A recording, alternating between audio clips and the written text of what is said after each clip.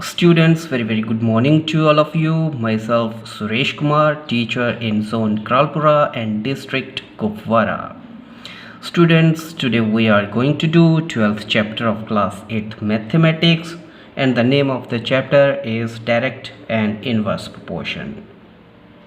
In today's chapter, in today's topic, we will cover exercise 12.1 questions.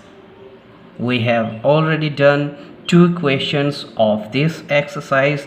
Now today we are going to do next questions related to this exercise. तो चलिए शुरू करते हैं आज के अपने topic solving questions of exercise 12.1 of direct and inverse proportion.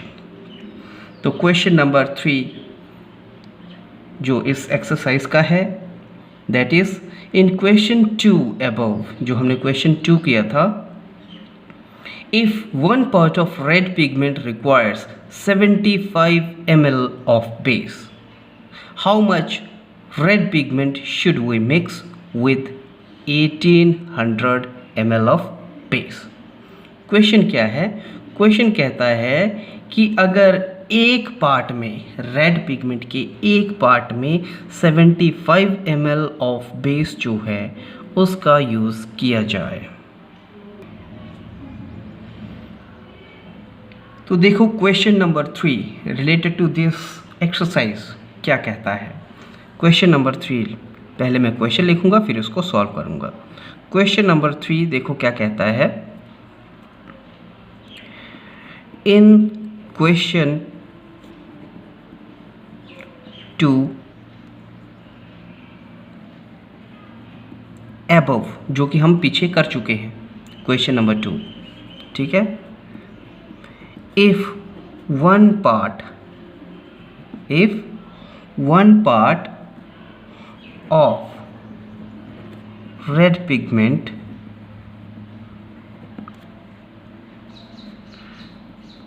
requires 75 ml of base, how much red pigment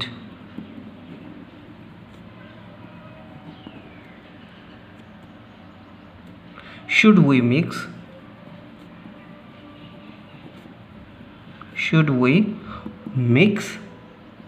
with 1800 ml of base? सबसे पहले आप क्वेश्चन को समझ लो। देखो क्वेश्चन नंबर 3 कहता क्या है कि हमने क्वेश्चन नंबर 2 जो पीछे कर चुके हैं उसके बीच में हमने देखा था कि एक हिस्सा रेड पिगमेंट के अंदर 8 हिस्से बेस का इस्तेमाल होता था एक पेंट के मिक्सचर को बनाने के लिए। अगर मैं उसके बीच में बेस का 8 हिस्से की बजाय 75 ml बेस को अगर मैं लेता हूँ तो बताओ भाई 1800 ml बेस लेने पे उसके बीच में कितने हिस्से रेड पिगमेंट का इस्तेमाल करना पड़ेगा। तो ये क्वेश्चन है। इसके लिए हम क्या करेंगे, सबसे पहले इसके लिए भी आपको टेबल बनाना है, ठीक है।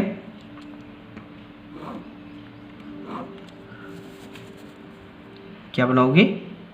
टेबल बनाओगे सॉल्यूशन में कुछ इस तरीके से। अगर स्केल है तो स्केल के साथ में अच्छा रहता है, सीधी सीधी लाइनें बनती हैं, टेबल देखने में भी अच्छा लगता है। तो टेबल में हम क्या लिखेंगे, वही चीज़ जो हम अक्सर टेबल के बीच में लिखते हैं, या फिर जो क्वांटिटीज़ लेते हैं उनका नाम जो लिखते हैं टेबल के बीच में, वैसा ही टेबल हम इसके लिए भी बना लेंगे, ठीक है। तो हमारे पास x क्वांटिटी किसको ले रहे हैं हम? x क्वांटिटी इन दोनों में से जिनका भी आप कंपैरिजन कर रहे हो, जिनका भी आप रिलेशन ढूंढ रहे हो, उन दोनों को आप इस टेबल के बीच में भरोगे। जैसे यहाँ पर मैं लिख रहा हूँ part of red pigment, part of red pigment किस में ले रहे हैं, इसमें पार्ट में, ठीक है, पार्ट है ये, इसको मैं x कह रहा हूँ। दूसरी साइड क्या है हमारे पास, पार्ट ऑफ बेस, जिसको मैं ml में ले रहा हूँ, ठीक है, और इसको मैं क्या मान रहा हूँ, y। इस हिसाब से जो मेरे पास टेबल बनना है अकॉर्डिंग टू क्वेश्चन, वो क्या कहता है कि अगर मैं एक हिस्सा रेड पिगमेंट का लेता हूँ तो उसके बीच में मुझे 75 ml जो है वो बेस के डालना पड़ रहे हैं, ठीक है। दूसरे में वो कह रहा है कि अगर मेरे पास बेस जो है वो 1800 ml हो जाए तो बताओ भाई उसके बीच में कितने हिस्से मुझको रेड पिगमेंट के डालना पड़ेंगे। तो ये आपको निकालना है। क्योंकि ये x वाली साइड है तो ये वाला क्या बन जाएगा, x1, ये वाली क्वांटिटी x2, ये y वाला पार्ट है तो ये वाला हिस्सा y1 और ये y2। और आपको एक चीज़ का तो पता ही है कि ये दोनों क्वांटिटीज़ डायरेक्ट प्रोपोर्शन में हैं, डायरेक्टली वेरिएबल हैं, ठीक है, या डायरेक्ट वेरिएबल हैं या डायरेक्ट वेरिएशन में हैं। क्यों है, क्योंकि अगर एक क्वांटिटी बढ़ेगी तो दूसरी भी उसके ऊपर डिपेंड जो है वो बढ़ रही है, अगर एक क्वांटिटी कम होगी तो उसके ऊपर डिपेंड दूसरी क्वांटिटी जो है वो भी कम होगी। जैसे अगर एक हिस्सा रेड पिगमेंट के बीच में हम 75 ml का यूज़ कर रहे हैं या फिर 75 ml का यूज़ करने के लिए उसमें एक हिस्सा रेड पिगमेंट का डाल रहे हैं तो 1800 ml डालने पे जाहिर सी बात है रेड पिगमेंट का हिस्सा भी या पार्ट भी बढ़ेगा, इसलिए डायरेक्ट प्रोपोर्शन में है। और आपको डायरेक्ट प्रोपोर्शन में पता ही है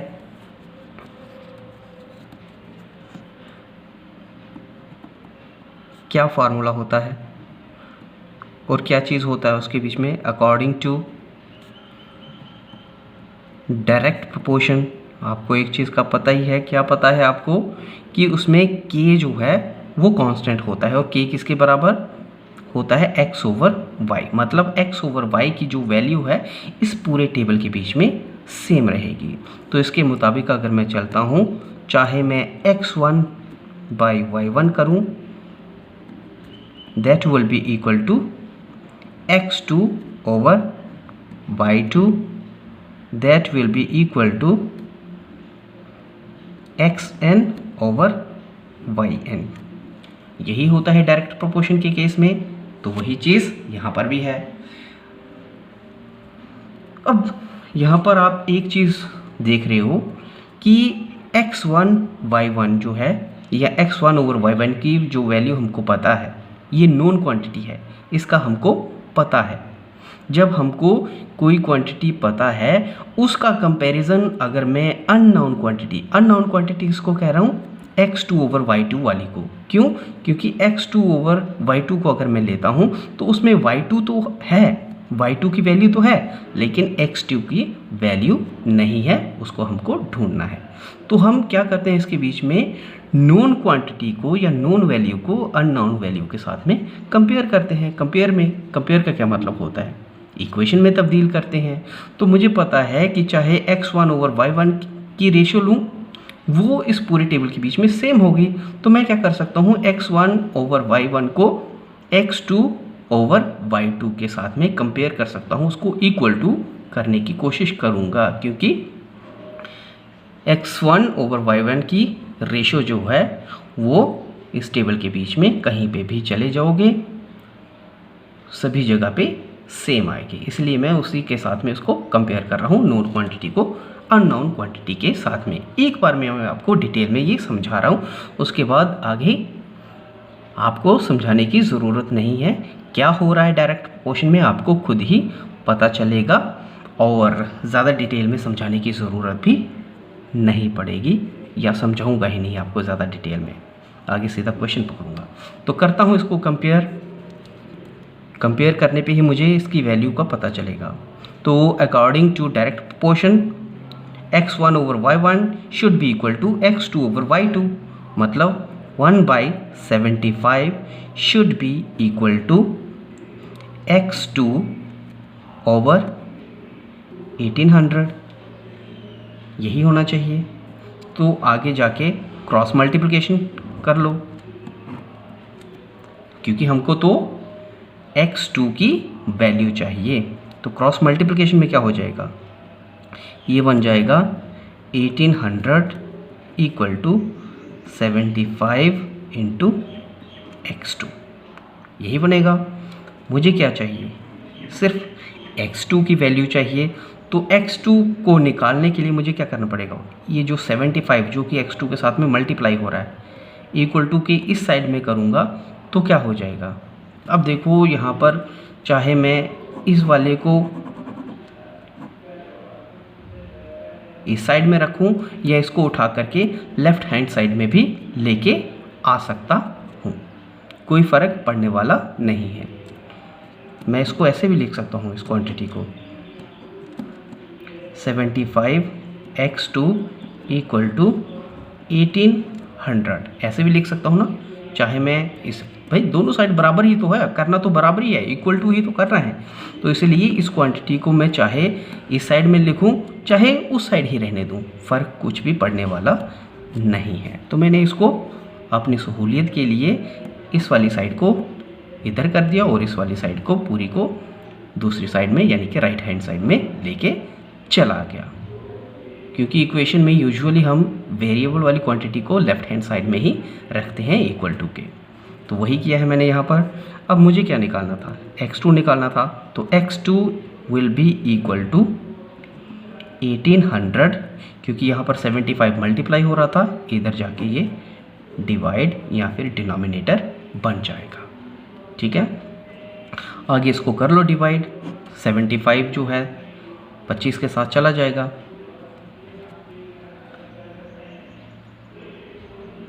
25 के साथ में जाएगा तो क्या आएगा, 25 3 ऐसा 75 होता है। वैसे ही ये भी चला जाएगा 180। 25 के जब मैं साथ इसको करूँगा तो ये जाएगा 7 के साथ में। 7 इंटू 25 होता है 175। कितना होता है, 175। तो 180 में से जब 175 निकलेगा 5 बचेगा, वो 5 जब इस ज़ीरो के साथ में लगेंगे तो बनेगा कितना, 50। क्या बनेगा, 50। तो 25 टू ऐसा 50 होता है। क्या आया, 72/3 आ रहा है। अभी भी ये कट हो सकता है, 3 1 3, ये क्या हो जाएगा, 3 2 6, 7 में से 6 जाएगा, 1 बचेगा, वो 1 जब इस 2 के साथ लगेगा 12 बनेगा। तो 4 3 ऐसा, ठीक है, 4 3 ऐसा 12 होता है। और हमारे पास x2 की यहाँ पर क्या वैल्यू आ रही है, x2 इज़ इक्वल टू 24। क्या आया हमारे पास, x2 इज़ 24। तो यहाँ पर 24 आना चाहिए। मतलब अगर आप 1800 ml जो है वो बेस पकड़ रहे हो तो उसके बीच में आपको 24 हिस्से रेड पिगमेंट के डालना पड़ेंगे। और कैसे निकाला इसको आपने, कंपेयर करके। ठीक है, नोन क्वांटिटी के साथ में अननोन क्वांटिटी जो थी उसको कंपेयर किया, तो अननोन क्वांटिटी जो थी वो निकल जाती है, उसकी वैल्यू जो है वो निकल जाती है on comparison with known quantity.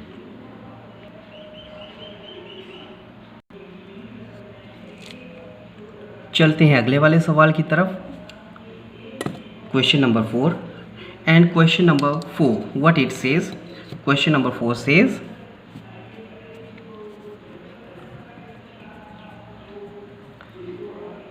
A machine in a soft drink factory. A machine in a soft drink factory. Soft drink factory fill 840 bottles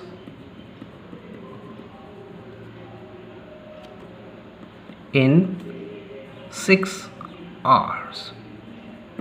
ठीक है, 6 घंटे में कोई मशीन जो है वो 840 बोतल्स को भरती है। आगे क्या पूछा गया है? हाउ मैनी bottles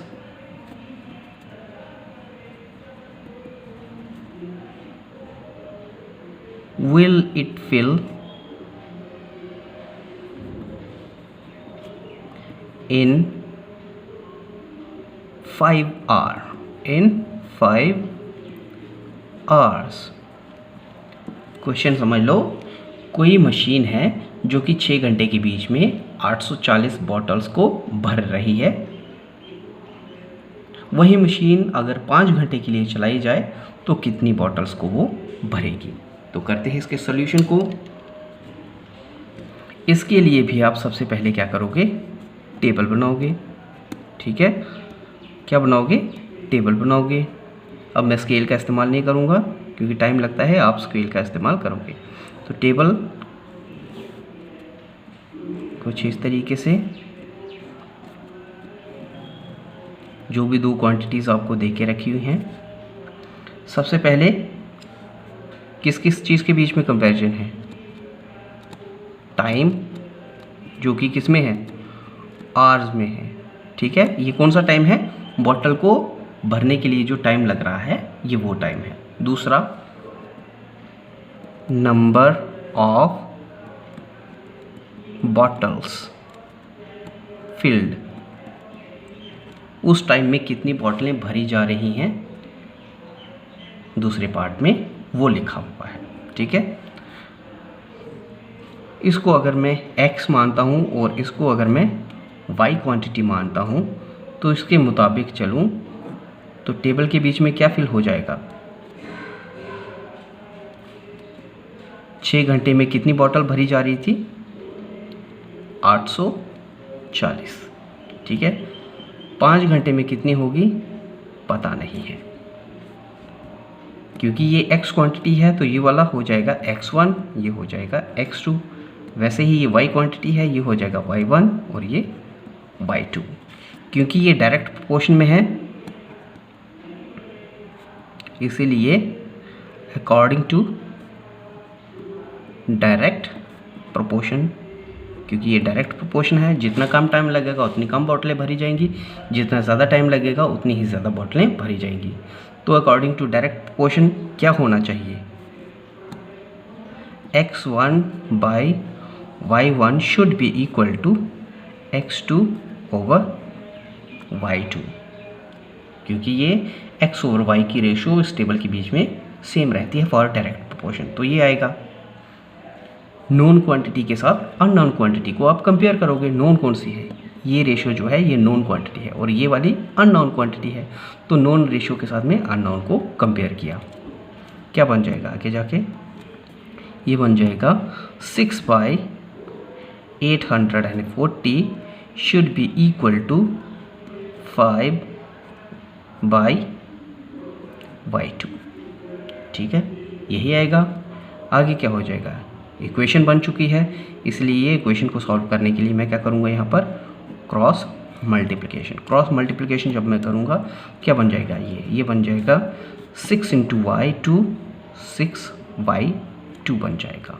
ठीक है, इक्वल टू 840 इंटू 5, 840 इंटू 5 यही बनेगा। क्योंकि मुझे तो सिर्फ y2 की वैल्यू चाहिए, तो मैं क्या करूँगा? इस साइड में सिर्फ y2 को ही रखूँगा और क्या हो जाएगा? इसका ये जो 6 जो इसके साथ में मल्टीप्लाई हो रहा है, ठीक है, यहाँ पर जो न्यूमरेटर का काम कर रहा है इधर आके डिनोमिनेटर बन जाएगा।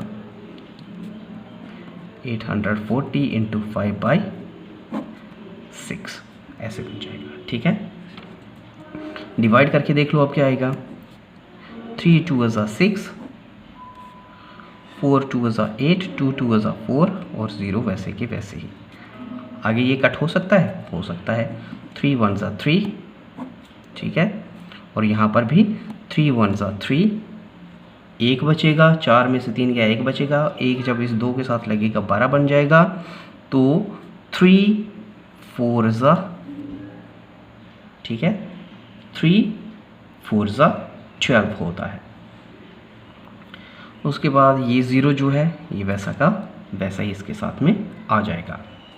डिनोमिनेटर ख़त्म हो चुका है, यहाँ पर डिनोमिनेटर यहाँ पर ख़त्म हो चुका है। क्या बच रहा है? 140 × 5। तो कर लो 140 × 5 कितना आता है?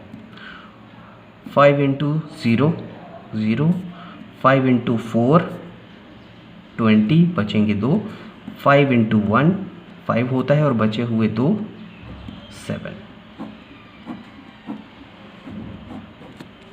700। देयरफॉर जो y2 की वैल्यू हमारे पास आ रही है दैट इज़ 700। क्या मतलब हुआ? इसका मतलब ये हुआ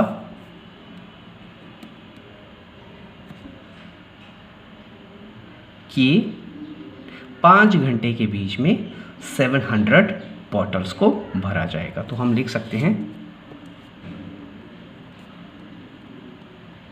700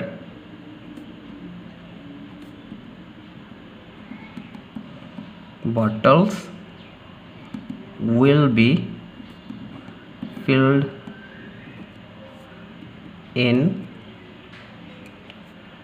5 hours। ठीक है, ये हम लिख सकते हैं। तो ये इसका सॉल्यूशन है क्वेश्चन नंबर 4 का। चलते हैं क्वेश्चन नंबर 5 की तरफ। देखो क्वेश्चन नंबर 5 क्या कहता है। क्वेश्चन नंबर 5 कहता है अ फोटोग्राफ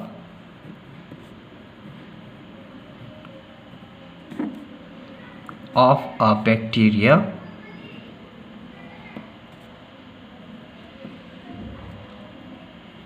enlarged। बैक्टीरिया के फोटो को एनलार्ज किया गया कितने गुना? Bye 50,000 times. ठीक है, बैक्टीरिया के फोटो को 50,000 टाइम बड़ा किया गया, एनलार्ज किया गया। तो क्या मिला? अटेन मतलब मिलना, attains a length of 5 centimetre as shown in figure. मतलब जब 50,000 टाइम लेंथ को, या फिर आप ये कह लो कि पिक्चर को बड़ा किया गया, बैक्टीरिया की पिक्चर को 50,000 टाइम बड़ा किया गया, तो पिक्चर के बीच में जो बैक्टीरिया की जो लेंथ आ रही थी वो कितनी आई? 5 सेंटीमीटर आ रही थी। आगे वो क्या कहता है? What is the actual length of the bacteria. तो बताइए भाई, बैक्टीरिया की अपनी जो असली लेंथ है वो कितनी है, वो आपने बताना है। उसके साथ साथ और क्या पूछ रहा है? If the photograph is enlarged 20,000 times. ठीक है, अगर फ़ोटो को 20,000 टाइम ही एनलार्ज किया जाए, what would be it's enlarged length, तब जो होगी उस बैक्टीरिया की लेंथ कितनी होगी। What would be the enlarged length. Enlarged length जो होगी, अगर हम 20,000 टाइम जो है उस बैक्टीरिया की इमेज को बढ़ा रहे हैं, तो बताओ भाई उस बैक्टीरिया की जो एनलार्ज्ड लेंथ है वो कितनी आएगी। ये आपको सवाल पूछा गया है। समझाने के लिए मैं फिर से आपको एक डायग्राम बना के दिखाना चाहता हूँ।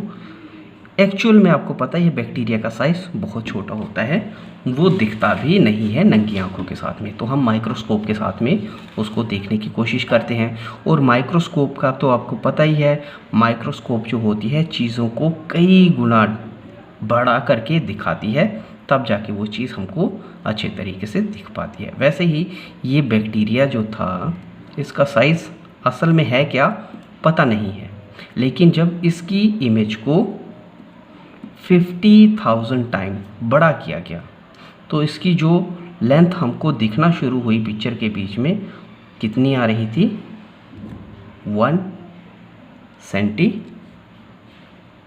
सेंटीमीटर नहीं है, 5 सेंटीमीटर। कितनी है 5 सेंटीमीटर आ रही थी। अब बताओ भाई इसकी एक्चुअल लेंथ कितनी है, कितना इसका एक्चुअल साइज़ है, अपना साइज़ कितना है। ये लेंथ तो किसने बढ़ा के दिखाई हुई है, ये तो माइक्रोस्कोप ने बढ़ा करके लेंथ दिखाई हुई है। अब इसकी एक्चुअल लेंथ कितनी है वो आपका पता करना है। दूसरा आपसे पूछा गया है कि अगर इसकी इमेज को मैं सिर्फ 20,000 टाइम ही बढ़ाता हूँ तो बताओ भाई तब बैक्टीरिया का जो साइज़ है वो कितना दिखेगा। तो इसके लिए भी आपको सबसे पहले सॉल्यूशन के बीच में इसका टेबल बनाना है। वही चीज़ टेबल के बीच में क्या लिखोगे, जिन दो चीज़ों का आप कंपैरिजन कर रहे हो उन दोनों चीज़ों का किस तरीके से कंपैरिजन हो रहा है वो आपने लिखना है। तो क्या लिखूंगा मैं, number of time the size increased. ठीक है, बैक्टीरिया का साइज़ कितने नंबर ऑफ टाइम इंक्रीज़ कर रहे हैं वो उसका हम यहाँ लिख रहे हैं। दूसरा, जितने टाइम उसको इंक्रीज़ किया है, इंक्रीज़ करने के बाद में उसकी जो लेंथ हमको दिखाई दे रही है पिक्चर के बीच में, उसको हम यहाँ पर लिखेंगे। The size shown in picture, जिसको हम सेंटीमीटर में मेज़र कर रहे हैं। ठीक है, उसको हम यहाँ लिखेंगे। तो अगर ऊपर वाली क्वांटिटी को मैं x कह रहा हूँ और नीचे वाले को y कह रहा हूँ, क्योंकि हम इसका कंपैरिजन x और y के बीच में ही करते हैं ना, तो अगर एक को x लिखूँ और दूसरे को y लिखूँ तो मैं कुछ टेबल के बीच में ऐसा लिख सकता हूँ। लिखने के बाद में कंपैरिजन क्या हो रहा था, कंपैरिजन में बोला गया था कि अगर मैं चीज़ का या बैक्टीरिया का जो साइज़ है वो 50,000 टाइम बढ़ाता हूँ, 50,000 टाइम बढ़ाता हूँ, तो पिक्चर के बीच में उस बैक्टीरिया की जो लेंथ है वो हमको कितनी दिखती है, 5 सेंटीमीटर दिखती है। उसी बैक्टीरिया को अगर मैं 20,000 गुना बढ़ाऊँ, 20,000 टाइम बढ़ाऊँ, तो बताओ भाई उस बैक्टीरिया की लेंथ कितनी दिखेगी मुझे पिक्चर के बीच में। साथ ही साथ एक चीज़ आपको और पूछा गया था कि उस बैक्टीरिया का अपना जो असली साइज़ है वो कितना है। ठीक है, अपना जो असली साइज़ है वो कितना है, और आपको पता है उसका अपना असली साइज़ हमको कब मिलेगा, ज़रा सोच के बताओ। जब भाई उस बैक्टीरिया का साइज़ में सिर्फ 1 गुना बढ़ाऊंगा। समझ रहे हो कुछ, ₹1 का अगर आप 1 गुना करते हो तो क्या आएगा, मतलब ₹1 को 1 के साथ गुना करोगे तो वो 1 ही आता है, मतलब ₹1 1 ही रहेगा जो वो एक्चुअल है। वैसे ही अगर मुझे किसी चीज़ का एक्चुअल साइज़ का पता करना है तो उसको 1 गुना ही बढ़ाया जाएगा। 1 गुना मतलब वो चीज़ वही रहेगी, और वही रहेगी का मतलब वो उसका एक्चुअल साइज़ होगा। जैसे कि मैंने आपको ₹1 की एग्जांपल दी है, तो मैं चीज़ को कितने गुना बढ़ाऊंगा अगर मुझे उसका एक्चुअल साइज़ चाहिए, सिर्फ 1 गुना। ठीक है, तो अगर मैं चीज़ को 1 गुना ही बढ़ाता हूँ, बैक्टीरिया को 1 गुना ही बढ़ाता हूँ, तब उसका जो साइज़ जो होगा वो एक्चुअल साइज़ होगा। लेकिन वो कितना आ रहा है उसका भी हमको पता करना है। तो टेबल के मुताबिक, क्योंकि ये x वाली साइडें हैं या x वाले नंबर है, तो ये वाला फर्स्ट वाला x1 हो जाएगा, ये x2 हो जाएगा और ये x3। वैसे ये y वाली नंबर्स हैं तो ये y1 हो जाएगा, ये y2 हो जाएगा और ये y3। ठीक है, क्या हो जाएगा, y3। और आपको पता ही है क्योंकि ये डायरेक्ट प्रोपोर्शन में है, जितने गुना आप साइज़ को बढ़ाओगे, ठीक है, उतने ही गुना जो है साइज़ जो है वो पिक्चर के बीच में बढ़ जाएगा। जितने गुना आप साइज़ कम करोगे उतने गुना ही साइज़ जो है पिक्चर के बीच में कम दिखेगा। तो डायरेक्ट प्रोपोर्शन है, तो डायरेक्ट प्रोपोर्शन में क्या होता है, अकॉर्डिंग टू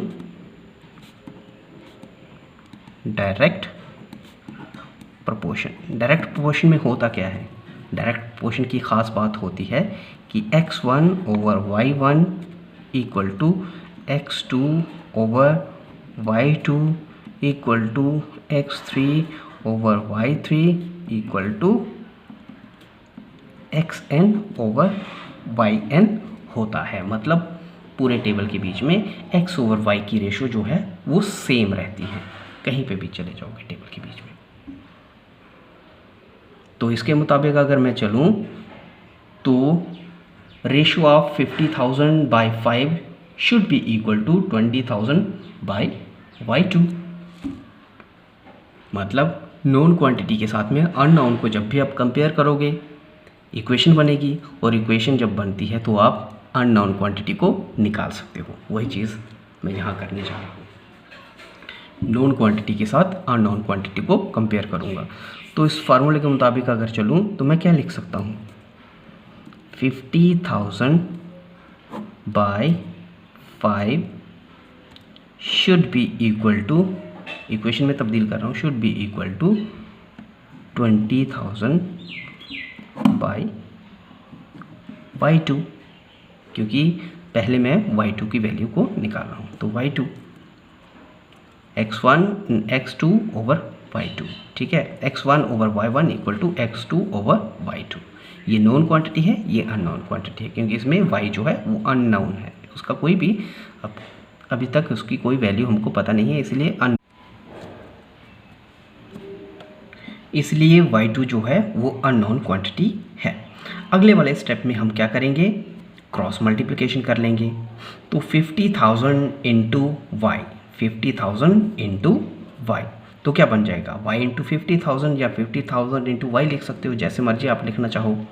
वैसे ही इनका क्या बनेगा, 20,000 इंटू 5, क्रॉस मल्टीप्लिकेशन के कारण। ठीक है, अगले वाले स्टेप में आपको पता ही है हमें तो y2 की वैल्यू से मतलब है, तो y2 को निकालने के लिए मैं क्या करूँगा, y2 को इधर ही रहने दूंगा, उसके साथ जो 50,000 मल्टीप्लाई हो रहा है उसको इक्वेशन के दूसरी साइड लेके चला जाऊँगा। कहाँ पे, दूसरी साइड लेके चला जाऊँगा। जब दूसरी साइड लेके चला जाऊँगा तो क्योंकि यहाँ पर 50,000 मल्टीप्लाई हो रहा था, इस साइड में आकर के ये डिवाइड बन जाएंगे, जैसा कि यहाँ पर मैंने करके रखा हुआ है। ठीक है, तो 50,000 एज ए डिनोमिनेटर यहाँ पर आ गई, क्योंकि ये डिवाइड कर रहा है इसको। ठीक है, यहाँ मल्टीप्लाई था तो यहाँ ये डिवाइड हो जाएगा, यहाँ न्यूमरेटर है, यहाँ पर डिनोमिनेटर हो जाएगा। अगले वाले स्टेप में हमने क्या किया कि ये जो नंबर साइन को कैंसिल करने की कोशिश की। कैंसिल कैसे हो जाएंगे, डिवाइड कैसे हो जाएंगे, ये इसके 4 ज़ीरो हैं इस वाले नंबर के साथ में, तो डिनोमिनेटर वाले नंबर के साथ में भी 4 ज़ीरो है, 4 0 4 0 कैंसिल हो जाएगा। क्या रह गया था, 5। ये वाला 5 इस वाले 5 के साथ में कैंसिल हो जाएगा। अब क्या रह गया 2, क्या रह गया 2। तो y2 की वैल्यू हमारे पास क्या आ रही है, यहाँ पर 2 आ रही है। मैं क्या लिख सकता हूँ, y2 इज इक्वल टू 2। और y2 हमने माना किसको था, लेंथ ऑफ बैक्टीरिया, ठीक है, जिसको हम सेंटीमीटर में मेज़र कर रहे थे। तो ये y2 जो है वो 2 आ रहा है, मतलब 2 सेंटीमीटर दिखेगा। तो यहाँ पर क्या आएगी वैल्यू 2 आ रही है। क्या आ रही है 2 आ रही है। मतलब अगर आप इमेज को 20,000 टाइम इंक्रीज करोगे तो इमेज के बीच में उसकी जो लेंथ है तो y2 की वैल्यू 2 सेंटीमीटर आएगी, ठीक है। 20,000 टाइम अगर आप इमेज को इंक्रीज कर रहे हो तो